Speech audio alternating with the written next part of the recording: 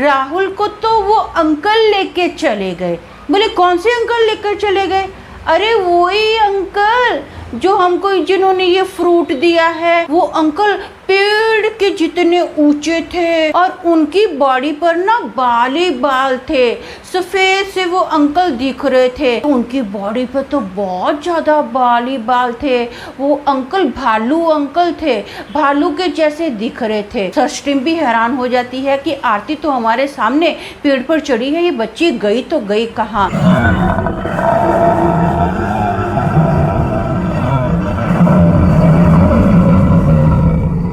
Hello दोस्तों, मेरा नाम अमन है। मैं आप सभी के मनपसंद यूट्यूब चैनल कहानी रंगमंच में आपका स्वागत करती हूं। उम्मीद करती हूं कि आप सभी अच्छे और स्वस्थ होंगे। इसी तरह की वीडियो देखने के लिए आप मेरे चैनल को सब्सक्राइब कीजिए और हाँ, बेल आइकन को दबाना मत भूलना ताकि आपको आने वाले वीडियो के नोटिफिकेशंस मिलते रहें। तो चलिए शुरू करते हैं आज का भयानक किस्सा। दोस्तों, आज का जो किस्सा है ये हिमाचल प्रदेश का किस्सा है। दिल्ली में ना एक फैमिली रहती है जिसमें हस्बैंड वाइफ और उनके 2 बच्चे हैं। बड़ी बेटी जिसकी उम्र 7 साल की है, इसका नाम आरती है, और छोटा बेटा है, इसकी उम्र 4 साल की है, इसका नाम राहुल है। अब गर्मियों का सीज़न होता है। आपको पता है कि दिल्ली में कितनी गर्मी पड़ती है। ये लोग ना इस बार डिसाइड करते हैं कि हम लोग ऐसा करते हैं, नाना नानी दादा दादी के घर तो हर साल छुट्टियों में जाते ही हैं, इस बार हम लोग पहाड़ी एरिया में चलते हैं। थोड़ा ठंडा रहेगा तो अच्छा लगेगा और कुछ नई जगह पर घूमेंगे तो मज़ा आएगा। तो ये लोग क्या करते हैं, हिमाचल प्रदेश के लिए निकलते हैं। वहीं पर ये लोग डिसाइड करते हैं कि इस बार हम लोग क्या करेंगे, वहाँ पर हाइकिंग करेंगे और कैंपिंग करेंगे। बच्चे भी बड़े खुश होते हैं, माँ बाप भी बड़े खुश होते हैं कि चलो गर्मी इतनी पड़ रही है, थोड़े ठंडी जगह पर जा रहे हैं घूमने के लिए। काफ़ी सालों के बाद ये लोग कहीं बाहर निकलते हैं। अब ये लोग हिमाचल प्रदेश में क्या करते हैं, एक पहाड़ी पर ना वहाँ पर कैंपिंग लगा लेते हैं और वहीं पर रहते हैं। सब कुछ अच्छा होता है। कुछ दिन तो ये लोग इधर उधर बहुत ज़्यादा घूमते हैं, मस्त वहाँ का खाना खाते हैं, अच्छी अच्छी जगह पर घूमते हैं, खूब सारी शॉपिंग करते हैं। बड़ा अच्छा लगता है, इन लोगों को बड़ा मज़ा आता है। अभी ये लोग डिसाइड करते हैं कि लास्ट के 10 दिन जो बाकी है ना, हम लोग ऐसा करते हैं, यहाँ पर पहाड़ियों पर हाइकिंग करेंगे। ऐसा ही होता है। जो बच्चे होते हैं ना, वो लोग जिद करते हैं कि मम्मी डैडी हमको तो ना जो सबसे ऊंची चोटी है वहाँ पर जाना है, हमको ऊंची पहाड़ी पर पहले चढ़ना है, हमको वहीं पर जाना है। अब माँ बाप जो होते हैं, आपको पता है कि बच्चों के जिद के आगे झुक जाते हैं। वैसे भी इंजॉय करने आए हैं, इनको ये चोटी पर ऊंची जो चोटी होती है वहाँ पर एक न एक दिन तो जाना ही था। तो ये सोचते हैं कि चलो कल नहीं जाना तो आज चले जाते हैं। बच्चे जिद कर रहे हैं तो इनकी जिद के आगे माँ बाप बोलते हैं ठीक है हम लोग चलते हैं। अब ये लोग पहाड़ी के ऊपर चलते हैं। पहाड़ी पर जब पहुँचते हैं ना तो बहुत इनको मज़ा आता है। एकदम ठंडी ठंडी हवा चल रही होती है। एकदम फ्रंट में ही इनको जो है ना हिमालय पर्वत दिखता है। बहुत अच्छा लगता है, बहुत ठंडा फील होता है। बहुत खुश होते हैं कि चारों तरफ का जो नज़ारा है एकदम शांत है, बहुत ही प्यारा है। बहुत खुश होते हैं, बच्चे भी खुश होते हैं। बच्चे अपने साथ ना बॉल लेकर आते, एक बड़ी सी बॉल होती है, बच्चे उस बॉल के साथ खेलना स्टार्ट कर देते हैं। माँ बाप जो है ये सेल्फी लेना स्टार्ट कर देते हैं। बच्चों को नज़र रखी हुई है, फिर भी ये लोग इधर उधर थोड़ा घूम रहे होते हैं। घूमते घूमते ना अभी अचानक से माँ की नज़र पड़ती है कि बच्चे नज़र नहीं आ रहे हैं। वो ना बच्चों को आवाज़ देते हैं, आरती राहुल कहाँ हो। काफ़ी आवाज़ें दी जाती है कि आरती राहुल तुम लोग कहाँ हो, लेकिन आरती और राहुल का कोई रिप्लाई नहीं आता है। माँ बाप थोड़ा टेंशन में आ जाते हैं कि ऐसे कैसे हो सकता है, बच्चे तो हमारी नज़र के सामने घूम रहे थे, अचानक से किधर चले गए, आवाज़ क्यों नहीं दे रहे हैं। अब माँ जो होती है उसके तो आंखों में धनाधन आंसू गिरने स्टार्ट हो जाते हैं कि क्या हो गया, बच्चे कहाँ चले गए हैं, मेरे बच्चे नज़र नहीं आ रहे हैं। अब बाप जो होता है बोलते हैं तो टेंशन मत ले, हम लोग आवाज़ दे रहे हैं, बच्चे इधर उधर कहीं खेल रहे होंगे। ये लोग कंटिन्यू आवाज़ें दे रहे हैं बच्चों को, लेकिन जो बच्चे आ ही नहीं रहे हैं। आधे घंटे के बाद जो आरती है ना वो आ रही है, एक पहाड़ी के ऊपर से आ रही है, दूर से चल के आ रही है और उसके हाथ में ना वो कुछ इतना सा फ्रूट है, छोटा सा, वो फ्रूट को खाते खाते आ रही है। माँ जब आरती को देखती है फट से गले लगाती है और रोती है कि बेटी तू कहाँ चली गई थी, हाँ हम लोग तुझे कितनी आवाज़ें दे रहे थे, और तेरा भाई कहाँ है, राहुल किधर गया। तो जो आरती होती है ना वो अपनी मम्मी को बोलती है, राहुल को तो वो अंकल लेके चले गए। बोले कौन से अंकल लेकर चले गए? अरे वही अंकल जो हमको जिन्होंने ये फ्रूट दिया है। तो उसके पापा बोलते कैसे थे, कैसे दिख रहे थे, किधर लेके गए हैं, मेरे को बेटा थोड़े बता तो सही। तो आरती बोलती है अरे वो जो अंकल थे ना, वो अंकल पेड़ के जितने ऊंचे थे। और उसके पापा बोलते पेड़ के जितने ऊंचे? हाँ वो अंकल, आरती बोलती है पेड़ के जितने ऊंचे थे और उनकी बॉडी पर ना बाल ही बाल थे, सफ़ेद से वो अंकल दिख रहे थे। अब इसके पापा को समझ में नहीं आता कि ये बच्ची बोल क्या रही है। अब ना वो बोलते बेटा किधर लेके गए हैं? तो आरती बताती है इधर सीधा सीधा लेके गए हैं।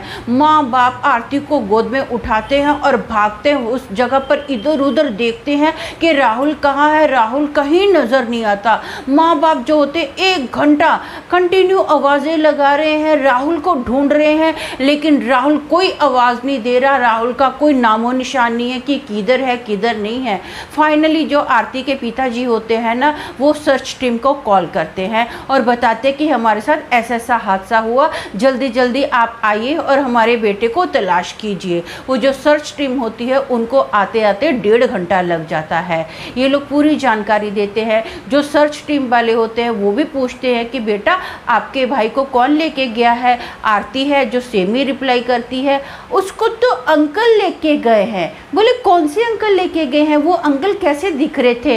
वो जो अंकल थे ना, पेड़ के जितने लंबे थे, उनकी हाइट बहुत ज़्यादा थी। तो फिर सर्च टीम वाला एक बंदा पूछता है कि अच्छा ठीक है और कैसे दिख रहे थे? तो ये आरती बताती है कि उनकी बॉडी पर तो बहुत ज़्यादा बाल ही बाल थे, वो अंकल भालू अंकल थे, भालू के जैसे दिख रहे थे। अब सर्च जो टीम होती है कंटिन्यू वो राहुल को ढूंढना स्टार्ट कर देती है। माँ बाप जो है इनकी हालत ख़राब हो गई कि राहुल मिल क्यों नहीं रहा है। दोनों रो रो के उनकी तो हालत बहुत ज़्यादा ख़राब हो गई है, इधर उधर ढूंढ रहे हैं। सर्च टीम के आगे बात कर रहे हैं कि प्लीज़ आप कुछ भी कीजिए, हमारे बच्चे को लाके दीजिए, आपको जो चाहिए होगा हम लोग देंगे, बस हमारा बच्चा हमको मिलना चाहिए। अब ये बातें कर ही रहे होते हैं ना, तो इतने में आरती बोलती है मैं भी भाई को ढूंढती हूँ मम्मा, मैं ऐसा करती हूँ, मैं ना इस पेड़ पर चढ़ जाती हूँ। वहाँ पर ना एक ऊंचा सा बहुत लंबा पेड़ था। आरती फिर बोलती है कि मैं इस पेड़ पर चढ़ती हूँ और भाई को देखती हूँ। अब इसकी मम्मी डैडी का जो ध्यान था ना वो कंटिन्यू किया था सर्च टीम पर बात करने में था कि हमारा बेटा मिले। ये बताते कि हमारे बेटे ने ऐसा कपड़ा पहना हुआ था, इतनी उम्र है, ऐसा दिखता है, ये सारी बातें कर रहे होते हैं। तो उसकी मम्मी बोलती है हाँ हाँ हाँ बेटा ऐसे। उसकी मम्मी जो है ना आरती की बात पर ज़्यादा ध्यान नहीं देती है। तो उसकी मम्मी बोलते हैं ठीक है जा तो चढ़ जा। अब बच्चा है, अभी बच्चे तो आपको पता है कि पेड़ पर आसानी से चढ़ जाते हैं, बच्चों को तो आदत होती है। आरती को तो वैसे भी अभी दिल्ली में क्या था, इनके घर पर काफ़ी पेड़ पौधे लगे हुए थे, तो आरती पेड़ पौधों पर चढ़ जाती थी। तो इसकी मम्मी का जो ध्यान था ऑलमोस्ट राहुल में ही था। तो इसकी मम्मी इसके बात पर ज़्यादा, आरती की बात पर ज़्यादा ध्यान नहीं देती, बोलती हाँ हाँ तू चढ़ जा, इतना बोल देती है। अब राहुल के बारे में जब पूरा कुछ बता दिया जाता है सर्च टीम को कि ऐसा ऐसा राहुल दिख रहा था, ऐसा ऐसा उसके साथ हुआ है, तो फिर ना इतने में उसके जो आरती के पापा होते हैं आरती को आवाज़ देते बेटा आरती, आरती नीचे आ जाओ। तो आरती का कोई रिप्लाई नहीं आता है। तो उसके पापा ऊपर पेड़ की तरफ देखते हैं, उसकी मम्मी भी पेड़ की तरफ देखती है। तो वो पाते हैं कि वो जो पूरा पेड़ है ना एकदम खाली है, उस पेड़ पर आरती है ही नहीं है, कोई रिप्लाई नहीं आता है। अब माँ बाप जोर जोर से आवाज़ें देते आरती आरती, बहुत ज़्यादा घबरा जाते हैं, टेंशन में है। आरती आरती तो किधर है, आरती तो किधर है? आरती का कोई रिप्लाई नहीं आता। सर्च टीम भी पेड़ की तरफ देखती है, ऊपर जाती है, आरती कहीं नज़र नहीं आती। दूर दूर तक आरती को देखा जाता है, आवाज़ें लगाई जाती हैं, ढूंढा जाता है, कोई नज़र नहीं आता है किधर है आरती, किसी को कुछ पता नहीं है। इवन कि सर्च टीम के 2 बंदे जो थे ना पेड़ पर चढ़ते हैं, आरती को ढूंढते हैं, आवाज़ें लगाते हैं, लेकिन आरती का कोई रिप्लाई नहीं आता है। बेचारे माँ बाप तो उनको तो ठंडी में पसीने आ गए, पैरों तले ज़मीन खिसक गई कि ऐसे कैसे हो सकता है, हमारे दोनों बच्चे इधर किधर ऐसे ऐसे हमारी आंखों के सामने गायब हो सकते हैं। सर्च टीम भी हैरान हो जाती है कि आरती तो हमारे सामने पेड़ पर चढ़ी है, ये बच्ची गई तो गई कहाँ।